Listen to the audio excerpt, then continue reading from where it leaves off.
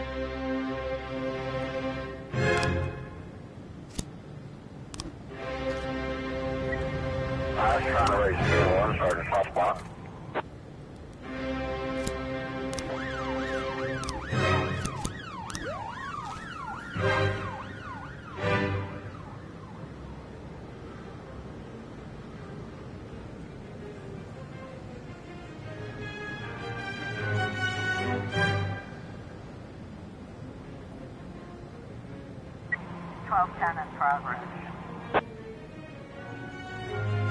910 complete.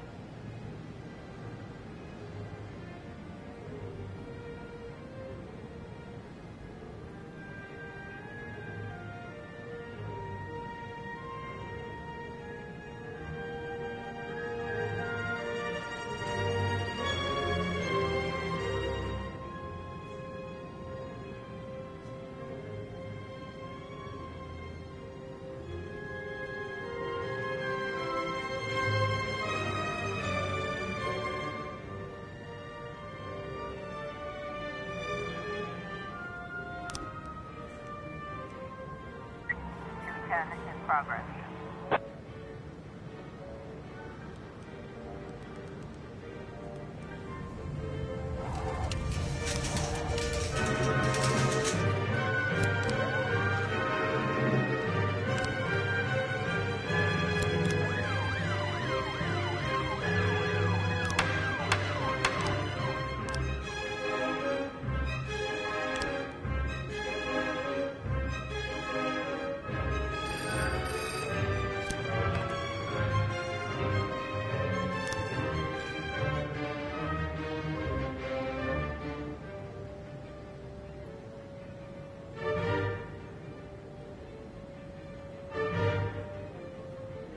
Officer on scene, looks like we have a situation here.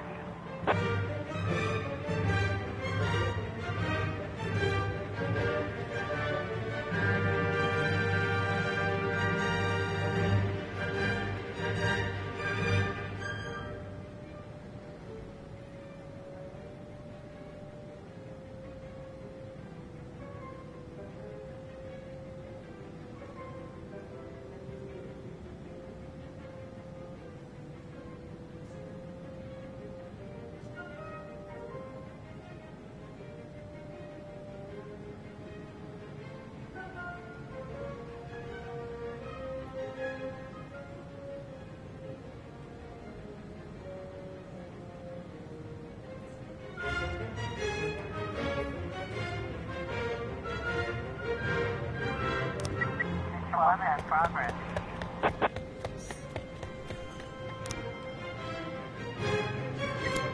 Trying to raise 10-1, sorry, hot spot. 10.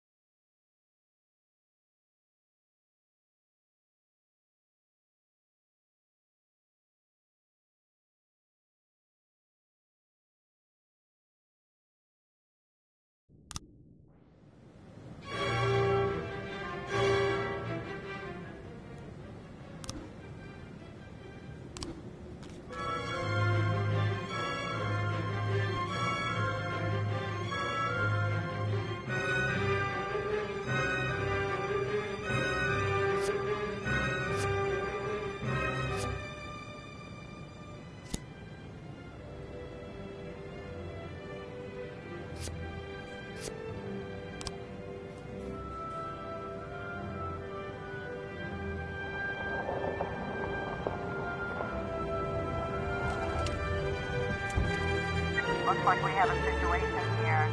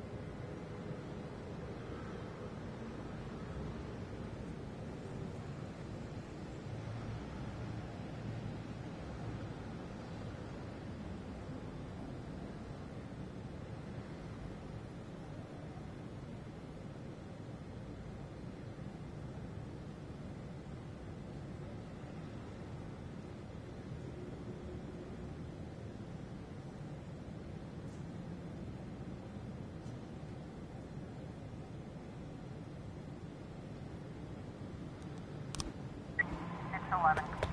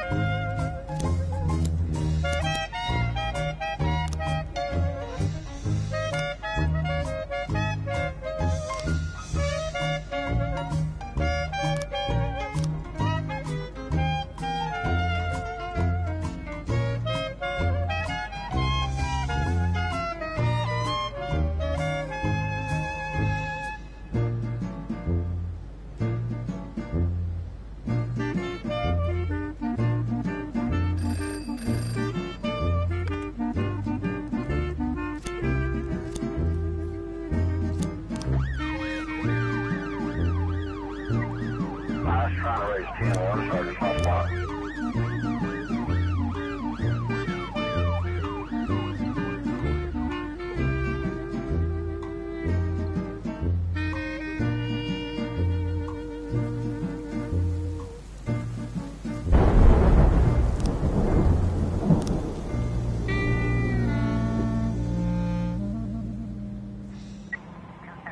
Progress. 410A complete.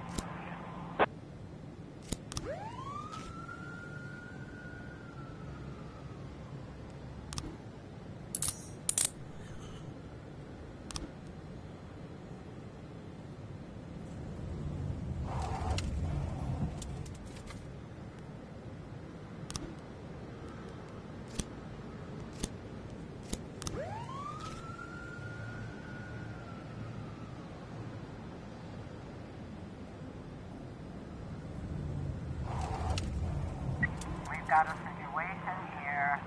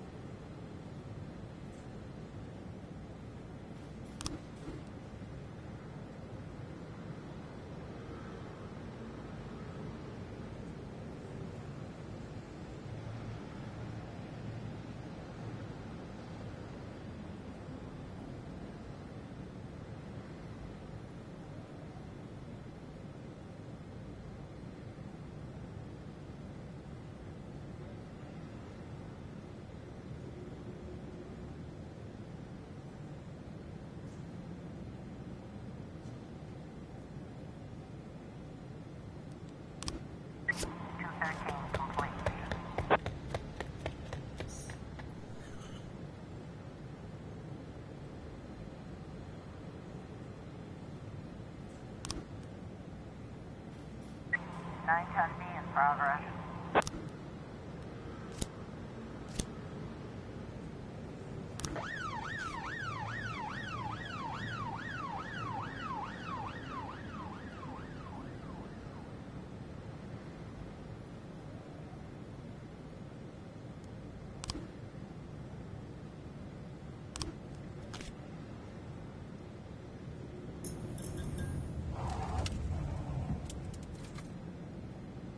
Four ten B in progress.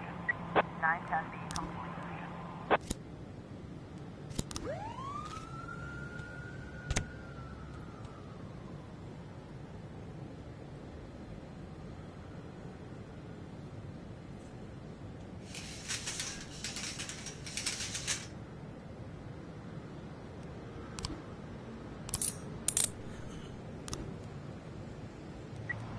I was trying to raise 10-1, Sergeant Hot Spot. 412A in progress.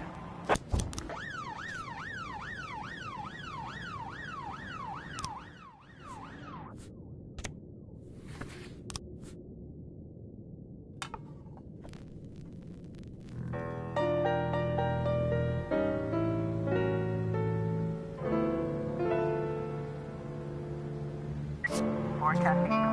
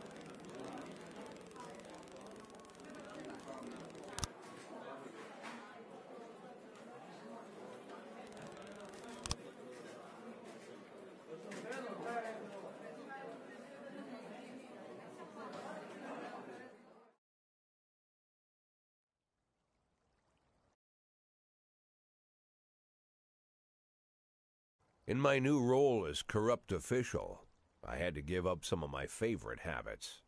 I couldn't turn off my phone when my head ached. Couldn't sleep till noon on Saturday and let the rest of HQ take up the slack. No more days off to go fishing. But my weekly visit to the old colony club was more like tradition. One night a week, I absorbed cigar smoke, the vague smell of alcohol, the stench of urine, all mixed with toxic levels of old drunken belches. Same picture it was 30 years ago. Tradition's gotta be honored. And to stay faithful to the tradition, you've got to respect the standard rituals. When you're about to roll out of the club, you need to take a deep breath and count to 100. If your stomach doesn't do a backflip, you should be good to make it home.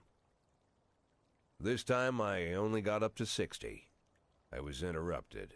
Why? You look even better than you do on TV. There's nothing more impolite than approaching people in the alley at the old colony. This is the most private place in the city. All who enter here dirty their shoes with the most elite stream of vomit in Freeburg. This asphalt has been blessed by judges, lawyers, artists, businessmen, and all our politicians. Takes a lot of balls to crash the party. My head was a drunken haze, but I knew who he was. A cartoon gangster suit straight out of Dick Tracy. Fancy voice, fruit cologne, sassy strut.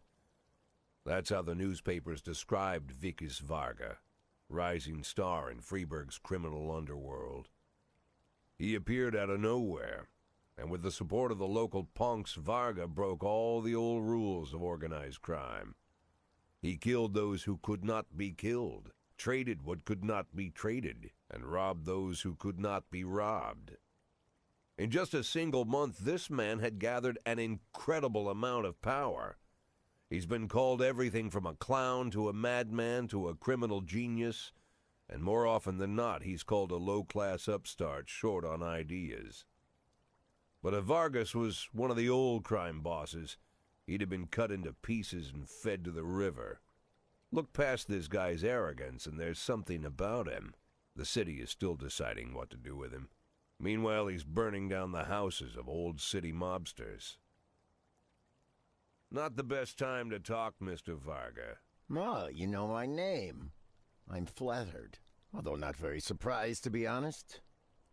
I might be a little short on manners. Like they say in your fair city, with the right manners, you can go anywhere. Well, I don't want to go anywhere. I want to stay right here. Even the criminal world needs manners, Mr. Varga. And one of them is this. Don't interfere with a drunken cop who's trying to take a shit and puke at the same time. Oh, you exaggerate. But is Freeburg always so gentle with its officers? You've been a bit roughed up lately. I see you already know Freeburg quite well, Mr. Varga. To learn and look around. But I do know that the inhabitants of this fair city should be friends, Jack. Maybe it's true I don't have the best manners. After all, it's only polite for friends to share their phone numbers.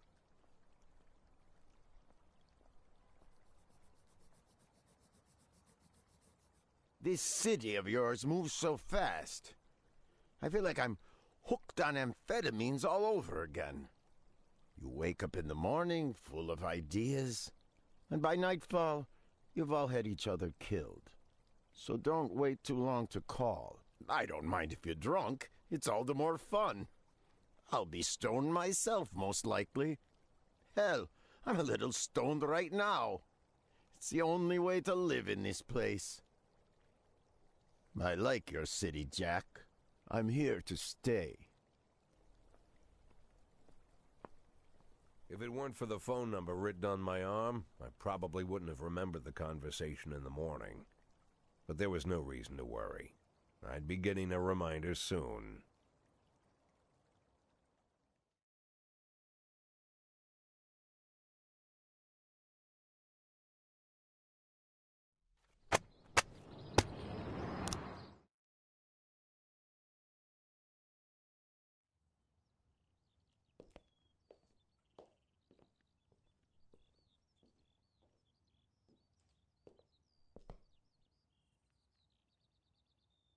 My morning ritual was plagued by the smell of Vicus Varga's fruity cologne. It was like the sharp citrus scent was chasing me around the house, as if Vicus was right there in my living room. When I finally realized the smell was coming from a big basket of oranges, it didn't put me any more at ease. I'd opened my door to lots of threatening mail, evidence of criminal wrongdoing, even a dead ferret or two. But fruit? Never.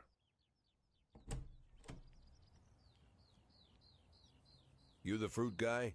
Excuse me? Was it you that brought the basket of oranges? Nah, it was here when I arrived. Fine.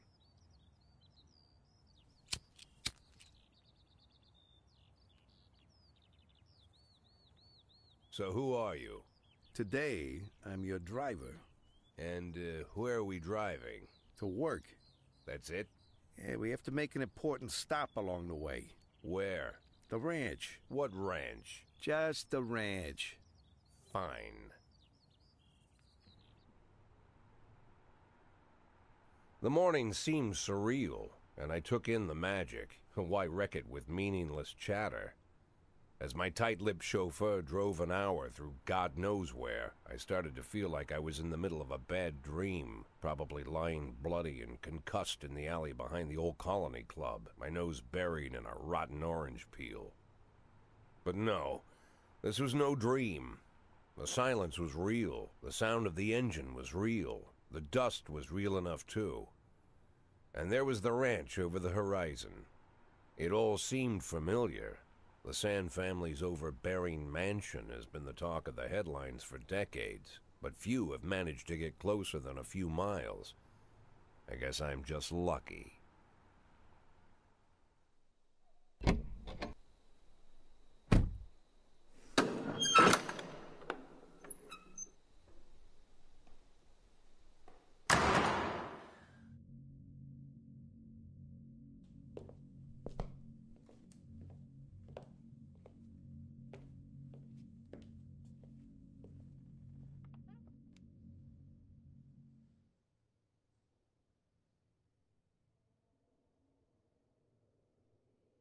I didn't know you took private meetings, Mr. Sand. Only if I expect good company. I'm surprised my company ranks at all.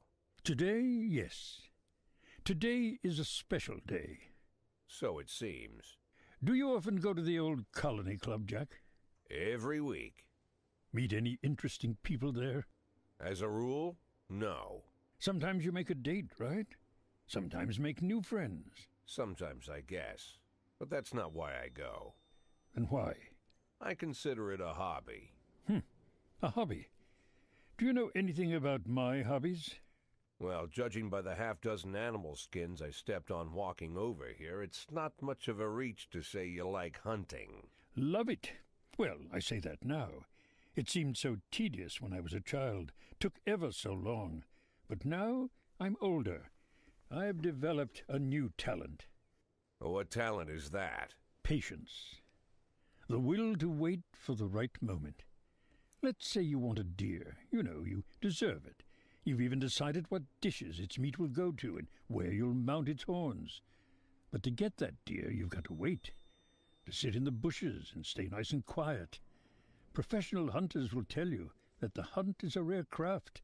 There are many rules. It's shrouded in mystery and ancient skill. Well, that's all complete nonsense. To get a deer, you just sit on the sidelines for a long enough time, pinpoint the moment when it's finally time to shoot. I learned the talent, Jack, but not like you, oh, Jack. You truly are the master. I don't understand. Oh, come on, Jack. I know about the 500,000. I know your plan. Kendrick told me everything. Needless to say, I'm impressed. While some people learn to hold their breath for minutes on end and not to rustle the leaves too loudly, why you decided to just become the foliage.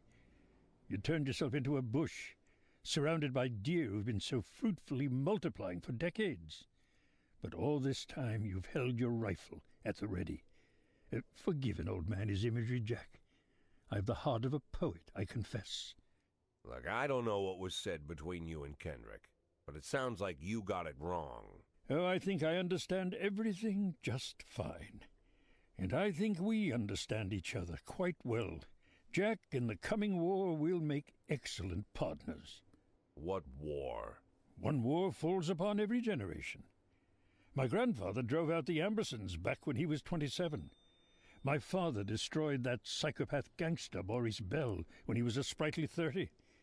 At 69, I'd begun to think my war had passed me over. But my time has come at last. Tomorrow Vicus Varga declares war, and I'm obliged to answer. So, we're talking about Varga now. I don't know how he thinks. I don't even know whether he plans his actions or not. I can't divine his purpose. Hell, I don't even know where he comes from. He's a man not of our breed, wouldn't you say? But when he arrived here, I invited him in, told him we could work together.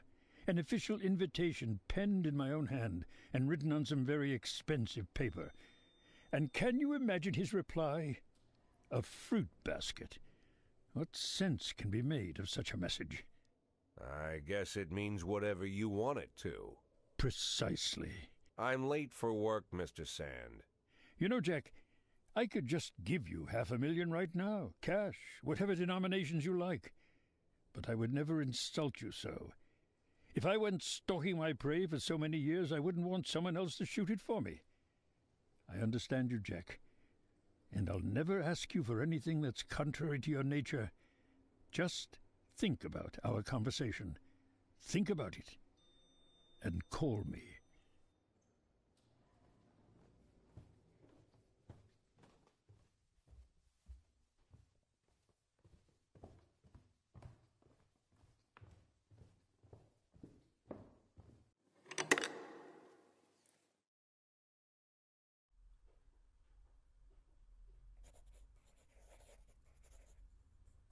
Like I said, it's a whole new life, and I've had to give up some old habits.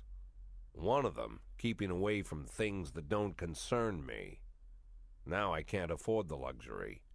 This spotlight I'm under, concerns is all I got.